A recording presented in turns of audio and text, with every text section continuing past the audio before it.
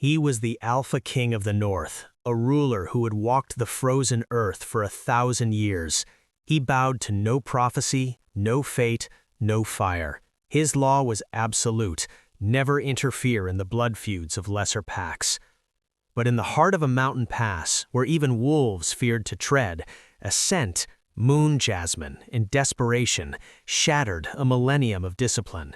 He tore through the ice to find her, a ghost-white Omega, her skin like winter porcelain, her hair a cascade of liquid silver. She was a heartbeat from death, and clutched against her frozen chest were 7 tiny, shivering bodies. His roar of fury cracked the mountain face for miles. Who dared? His voice was a promise of extinction. Tell me their names. I will erase every trace they ever existed. The blizzard was a living nightmare. It shrieked like a chorus of the damned, flaying at the winter pelts of the king's guard with teeth of ice and rage. Alpha King Aurelian Frostborn, his towering form a pillar of shadow against the blinding white, raised one clawed hand. His breath crystallized instantly, hanging in the air like frozen judgment. Halt! The command wasn't loud. It didn't need to be. His beta, Raiden Stormbreaker, solid as the ancient mountains beneath them, reined his warhorse to a stop. Your Majesty, we must continue. The northern route to Frostspire will be impassable within the hour. Be silent. Aurelian's voice was a low growl that cut through the wind like a blade through silk. He tilted his head, his predator's senses, sharper after 1,000 years than any wolf who'd ever lived, casting an invisible net into the chaos. The wind carried pine sap and ozone, the familiar bite of high-altitude cold. But beneath it was something that made his ancient blood ignite. Milk, terror, and the copper tang of blood. Something is dying. Aurelian dismounted, his boots sinking deep into snow that came to his thighs. He was the Alpha King of the Northern Realms, ruler of all territories from the Frost Wall to the Shattered Peaks. He was not meant to be on mountain patrols. But a gnawing emptiness had plagued him for decades, a hollowness in his chest, a sense of waiting. Now every instinct he possessed was screaming. "Your Majesty, it's too dangerous," Raiden protested, his scarred face tight with concern. Aurelian ignored him. He followed the scent like it was a rope pulling him toward the edge of the world. He was a razor in his throat, in his lungs, in his soul. He moved past a copse of ancient frost-laden pines, his eyes, burnished gold that had witnessed empires rise and fall, scanning the snowdrifts with predatory focus. There, a mound of snow that was wrong. The shape was unnatural, and it was breathing. He tore at the drift with his bare hands. His 1,000-year-old alpha strength shattered the ice like it was made of brittle glass, sending chunks flying into the storm. First he saw hair, a river of pure, starlight white, so bright it nearly glowed against the snow. Then a shoulder, impossibly pale, delicate. He dug faster, his heart, a cold, steady drum that had beaten for 10 centuries, suddenly hammered like a war drum. He unearthed her. She was an Omega. He knew it instantly from the submissive, ethereal scent of her. But unlike any he had ever encountered in 1,000 years of existence, she was albino, her skin the color of fresh snowfall touched by dawn, her eyelashes and hair a stark, luminous silver white. She was breathtaking, like a goddess carved from moonlight itself. And she was freezing to death. She was curled impossibly tight, her fragile body a desperate shield around a bundle of ragged furs. Aurelian's guard caught up, their torches casting flickering, hellish light across the scene. "By the old gods," Raiden whispered, seeing her face. Aurelian knelt. Gently, so carefully it hurt, he brushed snow from her face with fingers that had ended wars. Her lips were blue. She was unconscious, barely breathing, but a low, agonized whimper escaped her frozen lips. Her arms were locked like iron around the bundle. "Raiden, the medical tent, now!" The command was absolute. "Move!" Aurelian roared, and the mountain itself seemed to obey. He slipped his arms beneath her, lifting her as though she were made of spun glass. She weighed almost nothing, a creature of fragile bone and ice-touched skin. As he stood, cradling her against his chest, the bundle in her arms shifted. Then he saw them. Not one pup, not two, 7. 7 tiny, shivering bodies, their fur matted with frost, their small faces blue with cold. They couldn't be more than a few weeks old, and they were all different colorings, different builds, not from the same litter. She had been carrying 7 pups that weren't hers. The realization hit him like a physical blow. She saved them, he breathed, his voice raw with something he hadn't felt in centuries, something dangerously close to awe. She was dying and she saved them. And in that moment, standing in a blizzard that could kill gods, holding a ghost-white Omega who should have been dead, surrounded by 7 impossible lives she'd sacrificed everything to protect, Aurelian Frostborn felt something crack in his chest. If you're drawn to stories where power breaks for compassion, where legends are born in silence, take a moment to like this video and subscribe. Stories like this only continue if you choose to stay. The ice around his heart, built carefully over 1,000 years of calculated rule, began to splinter. He looked down at her face, at the silver lashes against porcelain skin, at lips that should be speaking, laughing, living, and made a decision that would reshape the Northern Realms forever. "Anyone who did this to you," he whispered against her frozen hair, his voice a sacred vow, "will learn what it means to face a king who has forgotten mercy." The wind howled its agreement, and the legend of the Lunar Queen began. Chapter 1: A Millennium of Silence. The healers worked in controlled chaos, their hands moving with practiced precision over the Omega's frozen body. Aurelian stood like a sentinel at the entrance of the medical tent, his massive frame blocking the wind that clawed at the canvas walls. He hadn't moved, hadn't spoken. For 2 hours he had simply watched as Myra Thorne, his chief healer, fought to pull 8 lives back from the edge of oblivion. Raiden approached with the careful steps of a man approaching a sleeping dragon. "Your Majesty." Aurelian didn't turn. His golden eyes remained fixed on the pale figure barely visible through the cluster of healers. "Speak." "The scouts have identified her scent markers. She belongs to the Stone Creek pack." Raiden's voice was measured, diplomatic. "Alpha Darius Blackclaw's territory." The name hung in the air like poison. "I know who rules Stone Creek," Aurelian said quietly. Too quietly. "Then you know this is a violation of the Covenant." Raiden moved to stand beside his king, his weathered face carved with concern. "You wrote the law yourself, 1,000 years ago, after the Blood Wars nearly destroyed every pack in the North. No ruler interferes in another pack's internal affairs, no matter the reason." "I remember." "Do you?" Raiden's voice sharpened with frustration.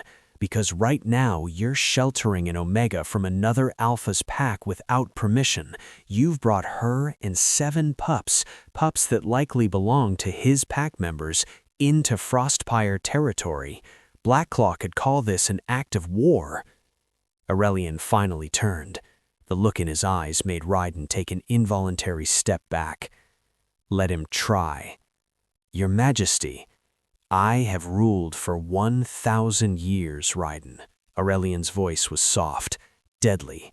"I wrote the law of non-interference because I watched Alphas butcher each other's children over territory disputes. I watched packs burn. I watched the North drown in blood for 3 centuries before I had the strength to stop it." He moved closer, and despite being brothers in battle for 500 years, Raiden felt the full weight of an ancient predator's focus. That law was meant to prevent senseless slaughter, not to give tyrants like Blackclaw permission to leave innocents to freeze in mountain passes. Aurelian's jaw tightened. She was dying, and she still held those pups. She didn't abandon them to save herself. She chose to die with them rather than leave them alone in the ice. And that matters more than a millennium of precedent? Raiden challenged. More than the stability of the entire North? Every alpha in the realm will question your authority if you break your own sacred law. Then let them question. Aurelian turned back to the medical tent. Through the gap in the canvas, he could see Myra pressing her hands against the Omega's chest, whispering prayers to the old gods. They'll live. All of them. Aurelian released a breath he hadn't known he was holding, and for the first time in a millennium, he felt the crushing weight of a choice that mattered more than kingdoms. Chapter 2. The Miracle of Seven. Mayra Thorn had served as chief healer to the Frostborn line for 300 years. She had seen plagues, battlefield horrors, and wounds that would make seasoned warriors vomit, but she had never seen anything like this. "Your Majesty," she said, gesturing him into the healing chambers where warm braziers chased away the mountain cold. "You need to see this." The Omega lay on a raised bed, wrapped in enough furs to warm a small army. Her silver hair spilled across the pillows like liquid moonlight, but it was the 7 small bundles arranged in a nest of blankets beside her that drew Aurelian's attention. The pups were sleeping now, their tiny chests rising and falling with the steady rhythm of life reclaimed from death's grip. They were so small, so impossibly fragile.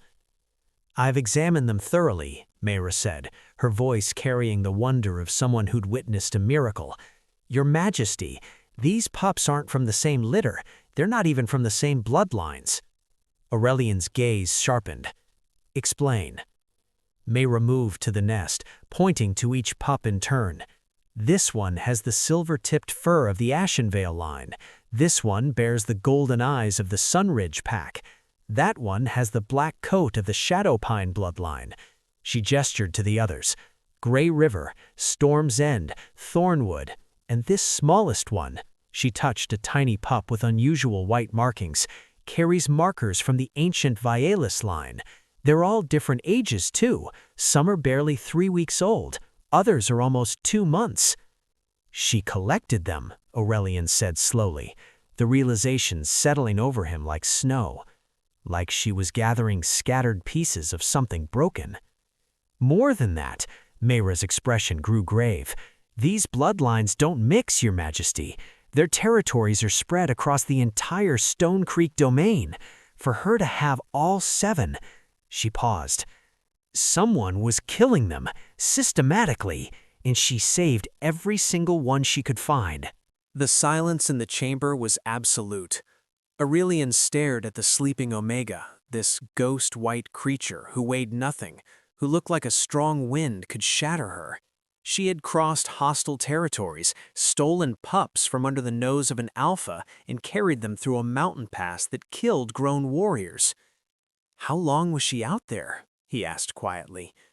"Based on the frostbite patterns and her core temperature, I'd estimate 3 days, maybe 4. Mayra shook her head in disbelief. She should have died on the first night.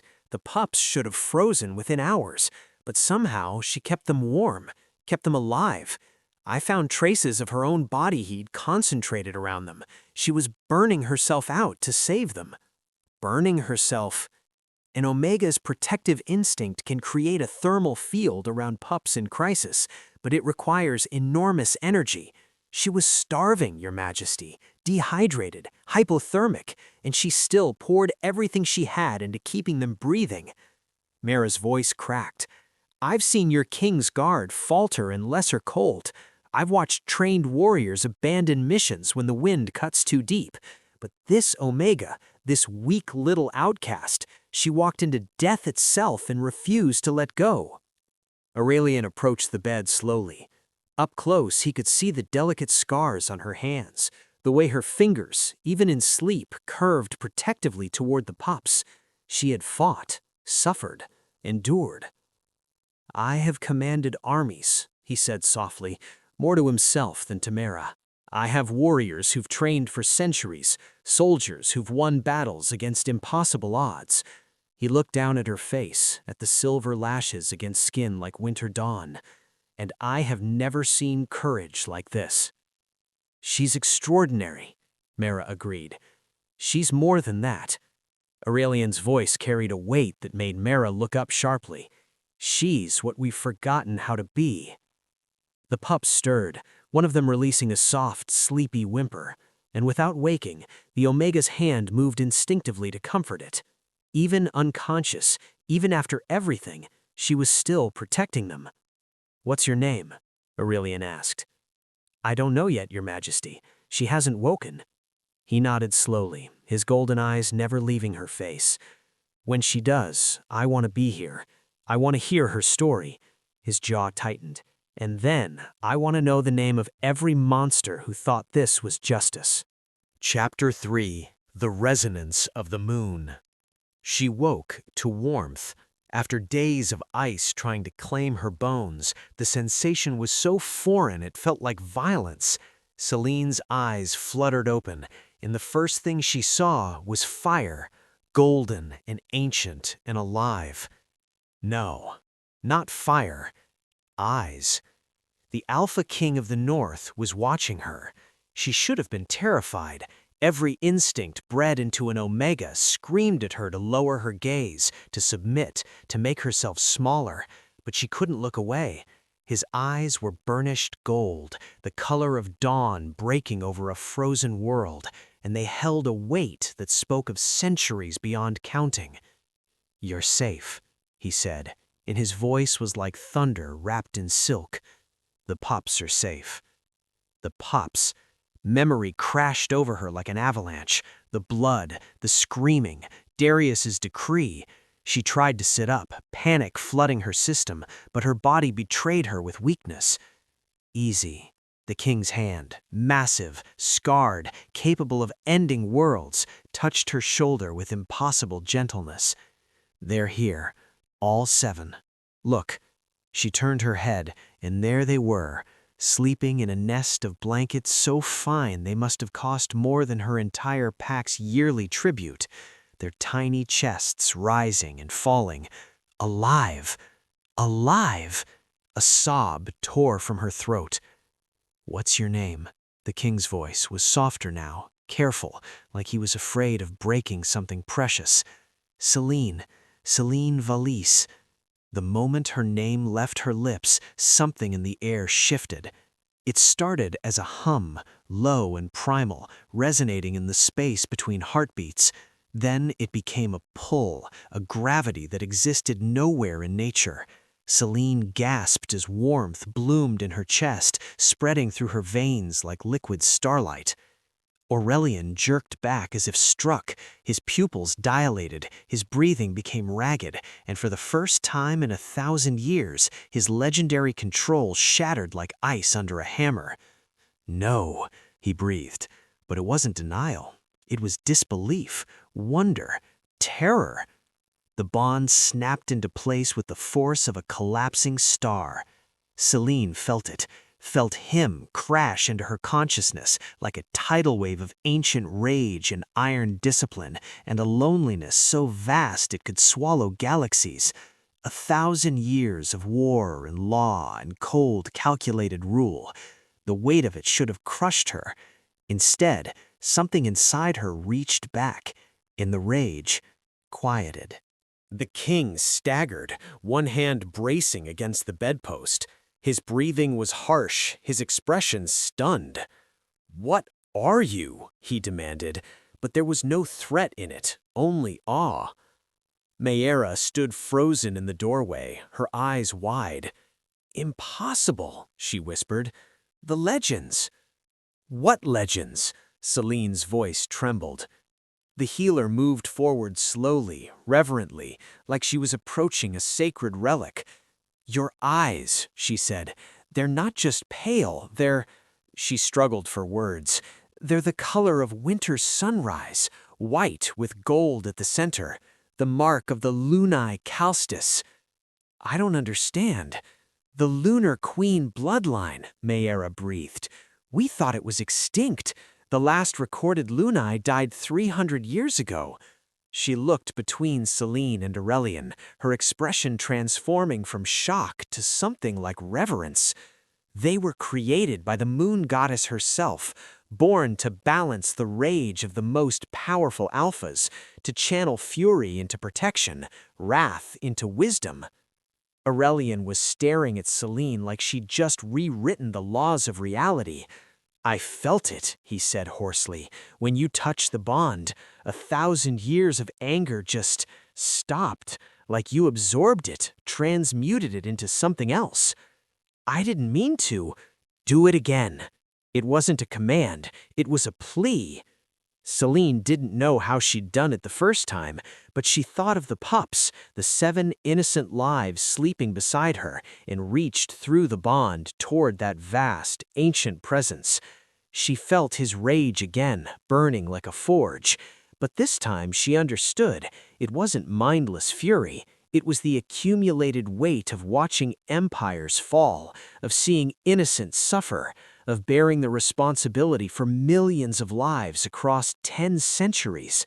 She touched it gently, and it transformed. The rage became purpose. The fury became resolve. Aurelian's eyes widened. Then, slowly, he sank to one knee beside her, this ancient king who bowed to no one. "You're my mate," he said, and his voice carried the weight of destiny. "My fated mate.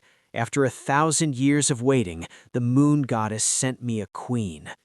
Selene looked at him, this impossibly powerful being kneeling before her, and felt the truth of it settle into her bones. "I'm no queen. I'm just—" "You walked into death for 7 lives that weren't yours." His golden eyes burned with intensity.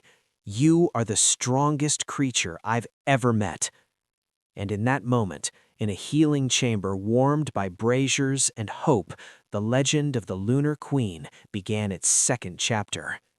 If this bond moved you, if you want to follow their story as it unfolds, subscribe. You don't want to miss what comes next. Chapter 4. The Tyrant's Decree. Aurelian didn't move from his position beside her bed. Raiden had entered at some point, standing silent and watchful near the door. Mayra hovered close, ready to intervene if Selene's strength failed. But the king had eyes only for his mate. "Tell me what happened," he said softly. "Tell me why you were dying in that mountain pass with 7 pups in your arms." Selene's hands trembled. She pulled them into the furs, but Aurelian caught one gently, his thumb brushing over her scarred knuckles. "You're safe here," he said. "Whatever you say, whatever you've done, you're under my protection now. No one can touch you." She believed him, and that belief broke something open inside her. "Darius Blackclaw wasn't always a tyrant," she began, her voice barely above a whisper. "When his father ruled Stone Creek, we were a strong pack, diverse. We had wolves from a 12 bloodlines, all living in balance." Her winter sunrise eyes grew distant. "Then his father died in a hunting accident, and Darius took the alpha seat with Varela Shadowvane at his side." "I know Varela," Raiden interjected, his voice hard. "She was exiled from the Eastern Territories for practicing blood magic." Selene nodded. "She calls herself his advisor, but she's the poison in his ear. She convinced him that our pack was weak because we'd diluted our bloodline. That true strength required purity." The word came out like acid. 6 months ago, they announced the cleansing decree. Aurelian's grip on her hand tightened imperceptibly. Any wolf who didn't meet their standard of pure bloodline was to be marked. Omegas with unusual traits were sterilized or cast out, and pups— her voice broke— pups born with mixed bloodlines or disabilities or coloring they deemed defective were to be exposed on the mountain. "Exposed?" Mayra's voice shook with fury. "They left babies to die of cold?" "Not just left," Celine's eyes glistened with unshed tears. They made it a ceremony, called it returning the weak to the goddess. They'd gather the pack at moonrise and carry the condemned pups to the northern ridge. Parents were forced to watch. If they protested, they were executed for defying the Alpha's will. Raiden swore viciously. I tried to stop them, Celine continued. I begged Darius to see reason. I showed them the old texts, the laws written by the ancient council that forbade such cruelty. I laughed bitterly. He had me whipped in the pack square for questioning his authority. Varela watched and smiled. Aurelian's eyes had gone cold, not the disciplined cold of a calculated ruler, the absolute zero of a predator that had chosen its prey. There was another Omega, Celine said. Liren. She was kind and brave, and she'd given birth to twins, one with the golden eyes of her Sunridge heritage, one with the silver fur of her mate's Ashenvale line. Mixed bloodlines. The decree condemned them both. The 7th night of the last moon cycle they came for her babies. Liren fought. She shifted and tried to run with them, but Darius's enforcers dragged her down in front of the entire pack. They ripped the pups from her arms. Celine's tears fell freely now. They broke her neck as punishment for resistance, and they left her babies on the ridge with 5 others. The silence in the chamber was suffocating. I waited until dark, Celine whispered. I couldn't save Liren, but I could save her children. I could save all of them. She looked at the sleeping pups. I stole them from the exposure ridge, all 7. I ran. They hunted you, Aurelian said. It wasn't a question. For 3 days. I knew the mountain passes better than Darius's warriors. I thought I could make it to neutral territory, to somewhere they couldn't follow. Her voice dropped. But the blizzard came, and I realized I wasn't going to make it, so I just held them. I thought if we were going to die, at least they wouldn't die alone. At least Liren's babies would know someone fought for them. Aurelian stood slowly. His face was a mask of controlled fury that made even Raiden step back. Mayra, he said quietly, send word to the War Council. We convene at dawn. Your Majesty, Raiden began. Darius Blackclaw and Varela Shadowvane have committed an atrocity.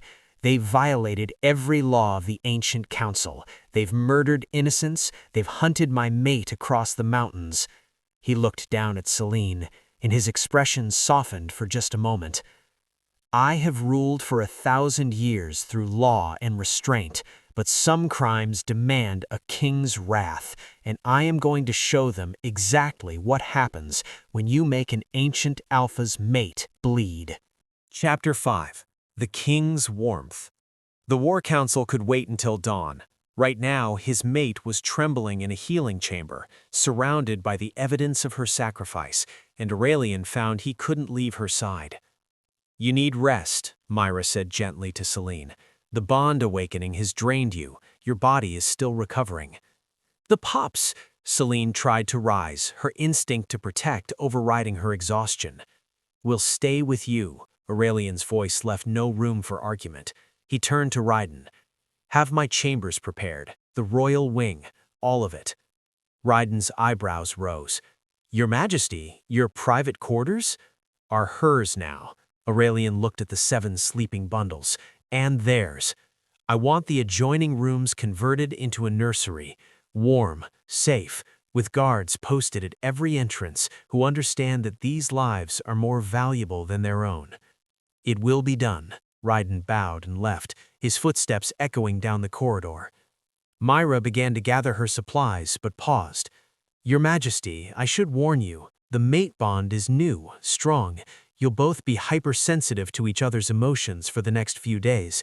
Her pain will feel like yours. Her fear— Good, Aurelian interrupted.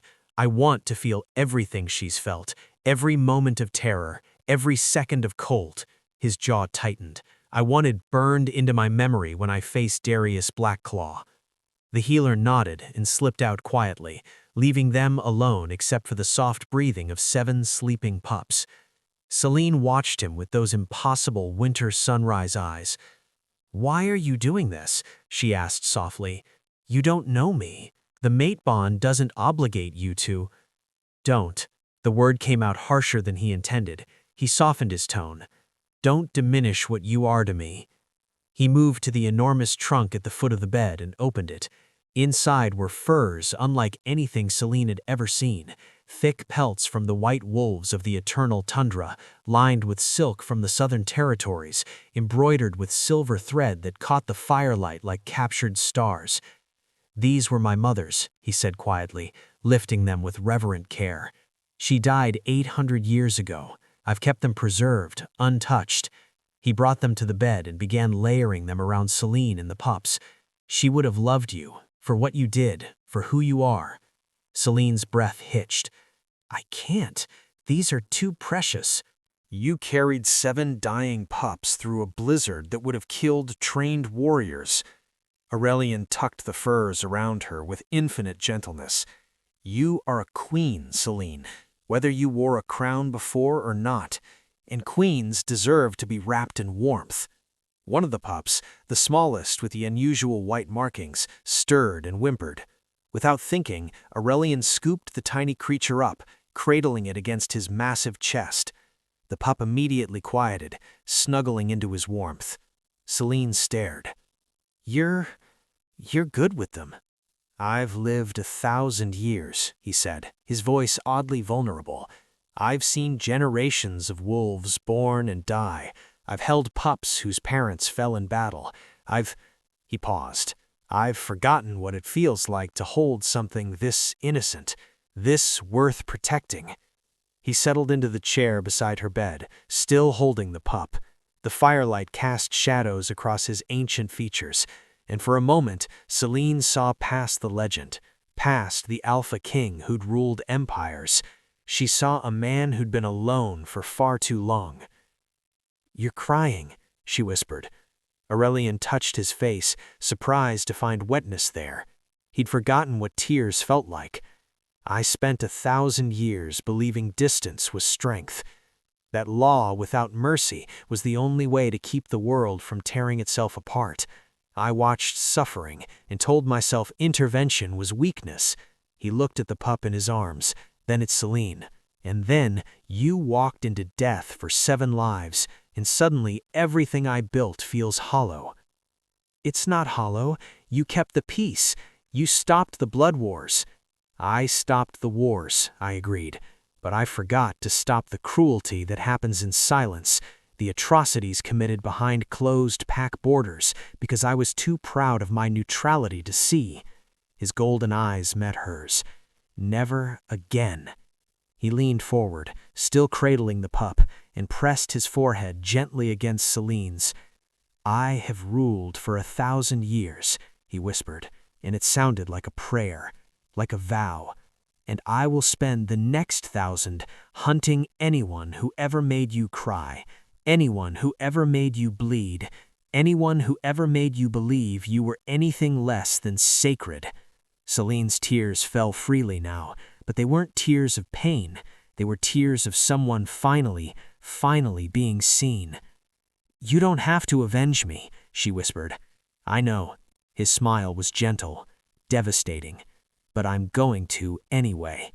Outside, the mountain wind howled, but inside the royal chambers, wrapped in ancient furs and guarded by a king's promise, 7 pups and 1 Omega slept in safety for the first time in their lives. Chapter 6. The Broken Feast. The Stone Creek Great Hall blazed with firelight and excess.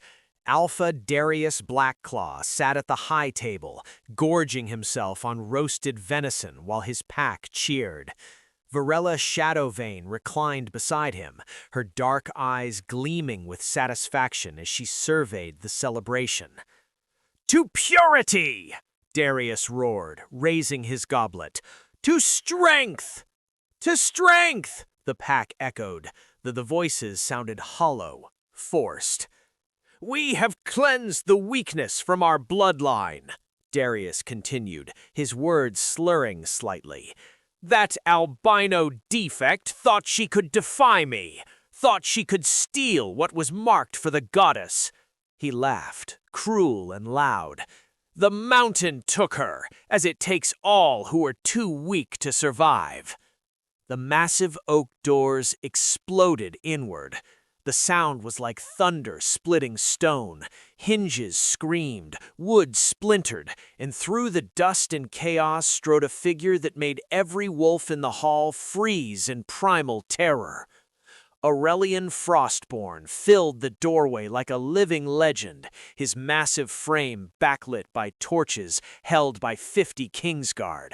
His eyes, burnished gold that had witnessed empires fall, swept the hall with the cold assessment of an apex predator choosing which prey to devour first.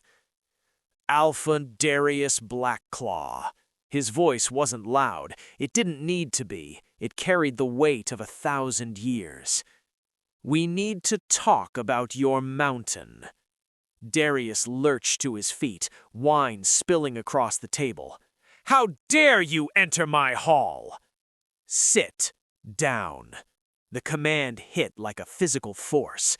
Darius's legs buckled involuntarily, his alpha instinct crushed beneath a power so ancient it rewrote his DNA's understanding of dominance. Varela recovered faster, her voice honeyed poison. "Your Majesty, what an unexpected honor. If you'd sent word, we would have prepared." "I don't break bread with child killers." Aurelian's words cut through the hall like a blade. "I came to return something you lost." He stepped aside. Raiden entered, and in his arms was Selene. She was wrapped in royal furs, her silver hair gleaming in the firelight, her winter sunrise eyes steady and defiant. She was alive. Impossibly, miraculously alive. Gasps rippled through the pack. Several wolves rose from their seats, disbelief written across their faces. "The Faceless Omega?" someone whispered. "She survived?" Behind Raiden came Mera, carrying a bundle, then another guard, and another. 7 guards carrying 7 pups, all healthy and alert, their eyes bright with life. "No," Darius breathed. His face had gone pale. "No, they were dead. They died on the mountain." "They lived." Aurelian's voice was surgical in its precision. "Despite your best efforts, despite leaving them to freeze, despite hunting their savior through a blizzard that should have killed her a dozen times over." He moved forward, each step deliberate. "Tell me, Darius, when you told your pack the albino defect died on the mountain, did you mention you sent enforcers to hunt her? Did you mention she was carrying 7 pups you'd condemned to exposure?" The hall erupted in shocked murmurs. "Lies!" Darius snarled, but his voice cracked. "She stole pack property." "Pack property?" Aurelian's roar shook the rafters. "You murdered Lyran in front of her pack for trying to save her children. You call babies property? Look at them. Look at what you tried to destroy." Mera stepped forward, her voice clear and damning. "The golden-eyed pup is Lyran's daughter. The silver one is her son. These are the children you ripped from their mother's arms before you broke her neck." The color drained from several pack members' faces. Wolves who'd been cheering moments ago now looked sick. "You can't prove," Varela began. "I don't need to prove anything." Aurelian's smile was terrible. "I invoked the Just Regis 3 hours ago. By ancient law, when an alpha commits atrocities that violate the covenant, any ruling king may challenge their authority." He looked at Darius with absolute contempt. "Your pack belongs to me now." "You can't. This is my territory." "Was," Aurelian corrected softly. "It was your territory. Now it's under my protection, and every wolf in this hall has a choice." He raised his voice, addressing the entire pack. Stay and rebuild under my law, a law that protects the innocent and punishes the cruel, or leave with your disgraced alpha and see how long you survive the winter." Silence crashed over the hall. Then slowly, a young wolf near the back stood. "I'll stay," she said quietly. "I'll swear to you, Your Majesty. I never wanted—" Her voice broke. "I never wanted the pups to die." Another rose. Then another, then a dozen more. Within minutes, half the pack had risen, turning their backs on Darius Blackclaw. Aurelian looked at the broken alpha with eyes like winter judgment. "You wanted strength through purity," he said softly, "but true strength is measured by who you protect, not who you destroy." He turned to Selene, and his expression transformed into something gentle, reverent. "This Omega walked into death for 7 lives. She is stronger than you will ever be." Chapter 7. Justice of the Ancient. Dawn broke over Stone Creek territory with a coldness that had nothing to do with winter. The entire pack had been summoned to the ceremonial grounds, a circular clearing where ancient stones marked the place where justice had been dispensed for 500 years. Darius Blackclaw knelt in the center, chains of blessed iron binding his wrists. Varela Shadowvane stood beside him, her dark eyes finally showing fear. Around them, the pack formed a silent ring.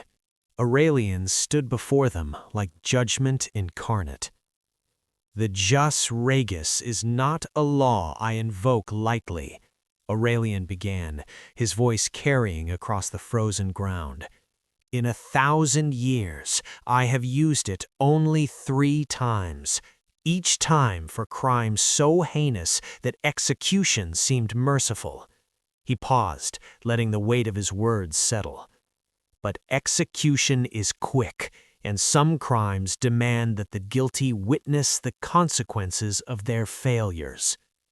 Darius spat blood. "Just kill me, old king. End this farce." "No." The word was absolute. "You believe strength is found in domination, in culling the weak, in purity achieved through murder." Aurelian's golden eyes were merciless. "I'm going to show you what real strength looks like." He gestured, and Ryden stepped forward, carrying a scroll. "By the authority of the Jus Regis and the Ancient Covenant, I strip Darius Blackclaw of his alpha rank, his family name, and all rights to territory or title." Aurelian's voice was steady, surgical. "From this moment, you are nameless, rankless. You will remain in Stone Creek, not as a prisoner, but as the lowest Omega worker in the pack hierarchy." Shocked murmurs rippled through the crowd. "You will work the fields," Aurelian continued. "You will haul water. You will scrub floors. And every day you will watch the pups you tried to murder grow strong. You will watch them play, learn, thrive. You will see the defects become the future of this pack, and you will know that your legacy is nothing but ash." "I'd rather die," Darius snarled. "I know." Aurelian's smile was terrible. "That's why death would be mercy. You don't deserve mercy." He turned to Varela, whose composure had finally shattered. "As for you, Varela Shadowvane, you practiced blood magic. You poisoned an alpha's mind. You orchestrated the murder of innocents and called it purification." "I was advising." "You were manipulating," Aurelian cut her off. "And your sentence is exile, not to the eastern territories where you still have allies, not to the southern lands where you might rebuild." He leaned closer. "I'm sending you to the frozen wastes beyond the frost wall. No pack, no shelter, no magic, just you and the cold you sentenced others to face." Varela's scream was primal. "You can't! The wastes are a death sentence!" "Yes," Aurelian agreed, "they are. But unlike the innocents you condemned, you'll have a chance. If you're strong enough, pure enough, his voice dripped with contempt, survive the winter, and maybe the goddess will show you the mercy you never showed others. 2 guards dragged Varela away, her protests fading into the wind. Aurelian turned to face the pack. Stone Creek will be rebuilt, not through purity, but through unity, not through fear, but through protection. He gestured to where Celine stood with the 7 pups, now awake and clinging to her legs. These children represent every bloodline in the north. Ashenvale, Sunridge, Shadowpine, Storm's End. They are the future, not because they're pure, because they survived together. He walked to Celine and knelt before her, this ancient king humbling himself before his mate. I name Celine Vialis as Lady of Stone Creek. She will govern this territory under my protection. She who saved 7 lives will now guide 7 bloodlines into peace. Celine's eyes widened. Aurelian, I don't know how to... You already know. He took her hand gently. You knew when you chose to die with them rather than let them die alone. That's what leadership is. That's what strength is. He stood and addressed the pack once more. Any who cannot accept this new order may leave with honor. I won't force loyalty, but those who stay will swear to protect the innocent, to shelter the vulnerable, and to never again confuse cruelty with strength. The pack dropped to their knees as one. We swear it, they said in unison, their voices carrying the weight of a vow that would reshape the North. Aurelian looked at the nameless creature that had once been Darius Blackclaw, now just another worker destined to watch his victims flourish.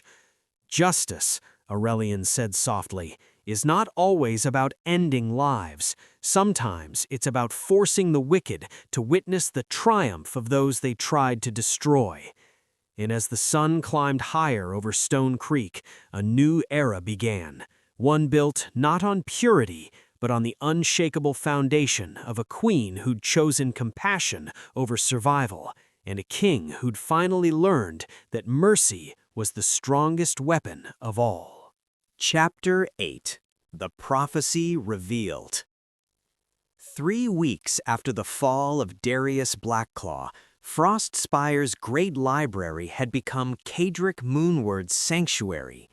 The ancient scholar, his silver beard nearly touching the floor, his eyes still sharp despite his 800 years, had spent every waking hour buried in texts that hadn't been touched in centuries. Now he stood before Aurelian and Celine in the council chamber, his weathered hands trembling as he held a scroll so old the parchment was nearly transparent. I found it, he said, his voice cracking with emotion. The prophecy of the lunar convergence, hidden in the restricted archives, written by the first council of seers 3,000 years ago. Aurelian leaned forward. Celine sat beside him. One of the pups, little Lyron's daughter with the golden eyes, sleeping peacefully in her lap. What does it say? Cadric carefully unrolled the scroll, revealing text written in old northern runes, the ink still shimmering with residual magic. It speaks of a time when the packs would fracture, when alphas would forget that strength comes from unity, not dominance, when bloodlines would be severed in the name of purity. He looked up, his eyes glistening. It predicted the blood wars. It predicted Darius Blackclaw. All of it. And, Aurelian's voice was tense, and it speaks of the Lunae Calstis, the lunar queens as the key to salvation. Cadric's finger traced the ancient words. When the north is at its darkest, when an ancient king has forgotten warmth, a queen born of moonlight will emerge. She will be marked as weak by those who understand nothing of power. She will be hunted, cast out, left to die. Celine's breath caught. But she will not die, Cadric continued, his voice growing stronger. She will gather the scattered fragments of broken bloodlines. She will protect 7 lives marked for death, 7 representing the sacred number of unity. and when she bonds with the ancient king, her light will temper his 1,000-year rage. Together, they will forge a new generation that carries the strength of all bloodlines. "The 7 pups," Celine whispered, looking at the golden-eyed child in her arms, then at the 6 others playing nearby under Mayra's watchful gaze. "They're not just survivors, they're—" "The foundation of the new royal bloodline," Kadric finished. "According to the prophecy, children raised by the Lunar Queen and protected by the ancient king will carry a gift, the ability to unite rather than dominate, to lead through wisdom rather than fear." He smiled. "Your albinism isn't a defect, Lady Celine. It's the mark of the moon goddess herself. The pale skin, the silver hair, the winter sunrise eyes, they're signs that you carry her direct blessing." Aurelian stood and moved to the window, his massive frame silhouetted against the afternoon sun. "For 1,000 years, I believed the solution was separation, each pack governing itself, non-interference.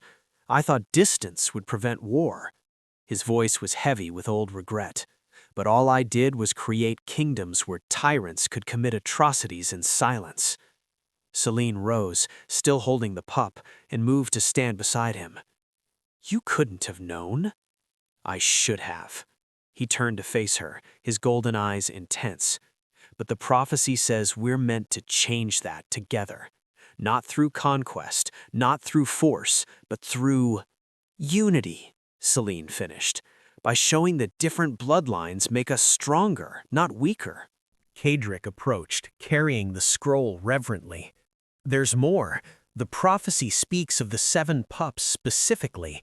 It says they will become the first royal council, advisors to the throne who represent every corner of the North. They will be raised as siblings, bonded by survival, trained in both strength and compassion." His voice filled with wonder. "They won't just unite the packs politically, they'll unite them through blood, through family, through love that transcends territory." Ridden, who'd been listening silently from the doorway, finally spoke. "So the weak pups Darius tried to murder are actually the future of the entire northern realms." "Not just the future," Kadric corrected. "The salvation. If Celine hadn't saved them, if Aurelian hadn't intervened, the prophecy would have failed. The North would have continued fracturing until nothing remained but isolated packs too small to survive." Aurelian looked at the 7 pups, now healthy, playful, already forming unbreakable bonds with each other. The golden-eyed daughter of Liren, the silver sun with ashen veil fur, the black-coated shadow pine survivor, each one carrying the legacy of their bloodline, each one alive because one Omega refused to let them die alone.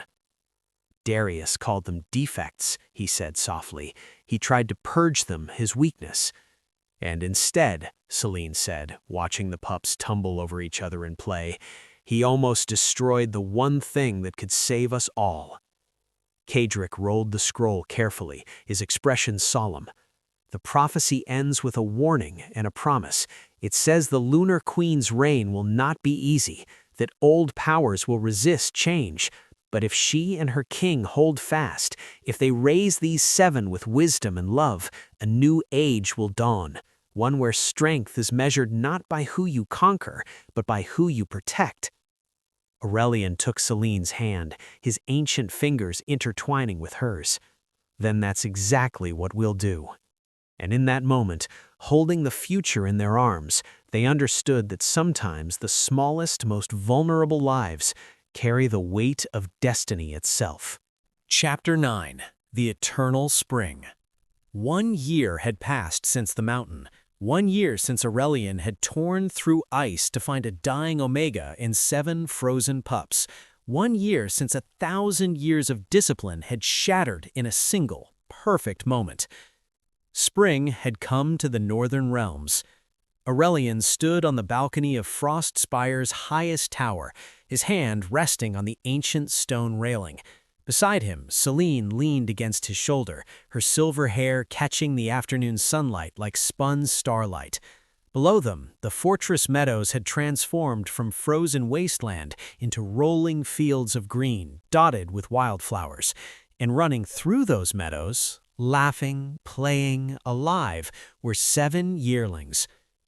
"They're so fast now," Selene said, wonder threading through her voice. She watched as the golden-eyed daughter of Liran tackled her silver-furred brother, both of them tumbling through the grass in a tangle of limbs and joy. "I can barely keep up with them anymore." "They're strong," Aurelian agreed. His voice carried the same quiet awe it always did when he watched them. "Stronger than any pups I've seen in centuries." The black-coated shadow pine survivor, who'd been the weakest when they'd found him, now led the pack in a game of chase. His laugh rang out clear and bright, carried on the wind. The others followed, their different colorings creating a living tapestry of unity. "Do you remember what you said, that first night in the healing chambers?" "I said many things," Aurelian's lips curved slightly, most of them while trying not to fall apart. She smiled, pressing closer to his warmth. "You said you'd spent 1,000 years waiting, that you didn't know what you were waiting for, but you felt it." She looked up at him, those winter sunrise eyes full of light. "Did you ever imagine it would be this?" Aurelian was quiet for a long moment, watching the 7 yearlings play, watching Mayra supervise from the garden, her stern healer's face soft with affection, watching Ryden teach the oldest pups basic defensive stances, his scarred hands gentle as he corrected their form, watching the unified pack, Stone Creek and Frost Spire wolves working side by side, tend the fields and rebuild what cruelty had broken. "No," he finally said. "I imagined power. I imagined destiny. I imagined some grand purpose that would justify the centuries of loneliness." He turned to face Selene fully, cupping her face with hands that had ended wars. "I never imagined it would be 7 children playing in the grass. I never imagined it would be this simple, this perfect." Selene's eyes glistened. "It's not simple. We still have so much work to do. The other packs are watching. Some still resist the changes. There are alphas who think—" "Let them think." Aurelian's voice was firm but not harsh. "We have time, we have truth, and we have proof." He gestured to the meadow. 7 pups that tyrants called defects are now the strongest yearlings in the north. 7 bloodlines that were supposed to weaken us have instead created something unprecedented. "The first royal council," Mayra murmured, reciting Kadric's prophecy. "Your royal council," Aurelian corrected gently. "You saved them. You carried them through death itself. They're yours, Selene, your children, your legacy." "Ours," she insisted, taking his hand. "You gave them a home. You gave them a future. You gave them a king who proved that power and compassion aren't enemies." Below, the smallest yearling, the one with unusual white markings, the veilless child, looked up toward the balcony. Seeing them, she waved enthusiastically, her grin bright enough to rival the sun. Aurelian waved back, this ancient king who'd forgotten how to smile for centuries now, grinning like a proud father. "I ruled for 1,000 years," he said quietly, pulling Selene close. "I built empires. I ended wars. I shaped the North with law and strength and cold, calculated discipline." He pressed his forehead against hers, breathing in her scent, moon jasmine, and home. "You didn't find me," Selene whispered. "The moon goddess led you to me, the prophecy." "The prophecy is just words." Aurelian's voice was fierce with emotion. You are real.